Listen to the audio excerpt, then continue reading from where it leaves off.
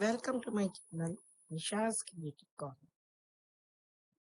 आज जो मैं कहानी प्रस्तुत करने जा रही हूँ ये भीष्म पितामह और कृष्ण के बीच संवाद। जब भीष्म पितामह अपनी शरशैया पर लेटे हुए हैं और वो कष्ट सह के बहुत त्रस्त हो गए हैं, तो वो कृष्ण जी से पूछते हैं, ये कृष्ण, मैंने ऐसा क्या किया जो मुझे इतना कष्ट सहना पड़ा? तो कृष्ण जी उनको उत्तर देते हैं कि आप तो खुद ही देख सकते हैं, अपने पिछले जन्म का आप देख सकते हैं।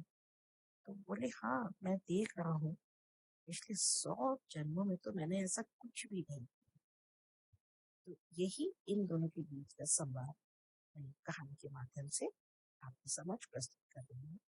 जो कुछ इस प्रकार है, ये उनकी कर्मों का फल था जिससे उन्हें बाणों की सैया पर इतनी दिन तक कष्ट सहना पड़ा। भीष्म पितामह रणभूमि में शरशैया पर पड़ी थी।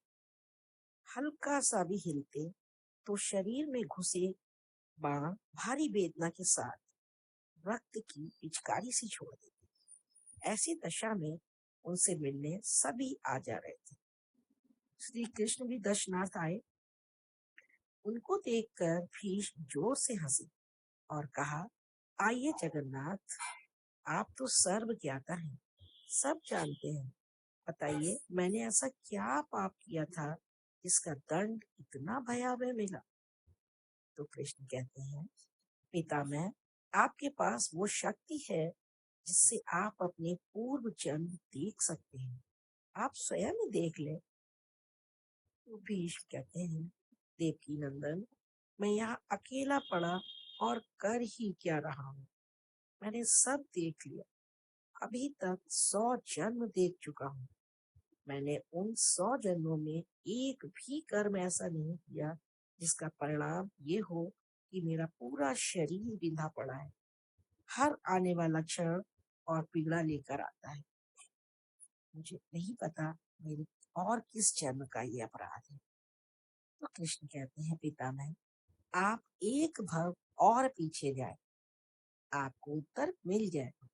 मतलब भीष्म पितामह ने 100 जन्मों का देख लिया था, अभी उससे एक जन्म और पहले का उनको देखना था। तो उनको ये पता लग जाना था कि ये कष्ट क्यों मिल रहा है। भीष्म ने ध्यान लगाया और देखा कि 101 भव पूर्व वो एक नगर की राजा थी। एक मार्ग से अपने सैनिकों की एक टुकड़ी के साथ कहीं जा रही थी। एक सैनिक दौड़ता हुआ आया और बोला, राजन, मार्ग में एक सर्प पड़ा है।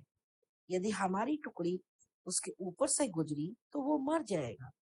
भीष्म ने कहा, एक काम करो, उसे किसी लकड़ी में लपेटकर झाड़ियों में फेंक दो। सैनिक ने वैसा ही किया। उस सांप को एक लकड़ी में लपेटकर झाड़ियों में फेंक दिया। दुर्भाग्य से झाड़ी कटीली थी। सांप उनमें फंस गया। जितना प्रयास उनसे निकलने का करता, और अधिक फंस जाता। कांटे उसकी देह में गड़ गए। खून रिसने लगा। धीरे धीरे वो मृत्यु के मुंह में जाने लगा। 5-6 दिन की तड़प के बाद उसके प्राण निकल गए। भीष्म कहते हैं, हे त्रिलोकीनाथ, आप जानते हैं कि मैंने जानबूझकर ऐसा नहीं किया, अपितु मेरा उद्देश्य उस सर्प की रक्षा था। तब ये परिणाम क्यों? तो कृष्ण जी कहते हैं, तातश्री, हम जानबूझकर क्रिया करें या अनजाने में, किंतु क्रिया तो हुई ना, उसके प्राण तो गए ना। ये विधि का विधान है कि जो क्रिया हम करते हैं उसका फल भोगना ही पड़ता है। आपका पुण्य इतना प्रबल था कि 101 भव उस पाप फल को उदित होने में लग गए, किंतु अंततः वो हुआ। जिस जीव को लोग जानबूझकर मार रहे हैं, उसने जितनी पीड़ा सहन की, वह उस जीव या उस आत्मा को इसी जन्म अथवा अन्य किसी जन्म में अवश्य भोगनी होगी।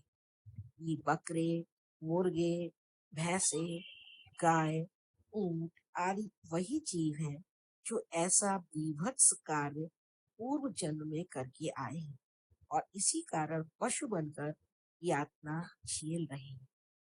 अतः हमें अपनी दैनिक क्रिया सावधानी पूर्वक करनी चाहिए। कभी कभी होता है ना, मनुष्य बहुत सत्संगी है, साधु है, लेकिन उसका अंत बड़ा ही निर्मम होता है। और हम कहते हैं कि हमने इस जन्म में तो किसी का बुरा नहीं किया, हमें ऐसा क्यों भोगना पड़ रहा है। तो ये हमारा जो हम अभी तक सुनते आए हैं, ये हमारा कार्मिक अकाउंट ही है।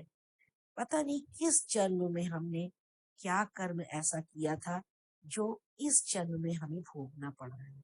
इस जन्म में हमारे याद में कोई भी ऐसा कर्म नहीं हुआ हमसे, लेकिन पिछले किसी जन्म का फल भोगना पड़ रहा है। जैसा कि भीष्म का, जो कि 100 साल तक उन्होंने कुछ भी ऐसा नहीं किया, लेकिन 101 साल पहले किया हुआ कर्म का फल, जो कि उनको बाणों की शैया पर इतने दिन तक कष्ट झेलना पड़ता। तो हमारे पिछले जन्मों का भी हमें फल भोगना पड़ता है। तो हमारा यही मानना है कि हम सबको कोई भी कार्य करने से पहले हम ये सोचें कि हमसे तो किसी को कष्ट नहीं हो रहा है। कम से कम इस जन्म में जो भोगना है वो तो भोगेंगे, अपने आने वाले और जो भी जन्म ले, चाहे पशु पक्षी जानवर कुछ भी हो, लेकिन कम से कम हमें उतना कष्ट तो ना भोगना पड़े। धन्यवाद। इसलिए कर्म हमें बड़े जानबूझ के देख सोच समझ के करने चाहिए, क्योंकि उसका फल तो हमें भोगना ही पड़ता है। और भीष्म का भी ये कर्म का ही फल है। अगर आपको ये कहानी अच्छी लगी हो तो चैनल को लाइक और सब्सक्राइब कीजिए और बताइए। आगे भी अगर ऐसी कहानियां आप सुनना चाहते हैं तो कमेंट बॉक्स में लिखिए, और कुछ सुधार के साथ अगर आपको लगता है तो वो भी सजेशन अवश्य दीजिए। धन्यवाद।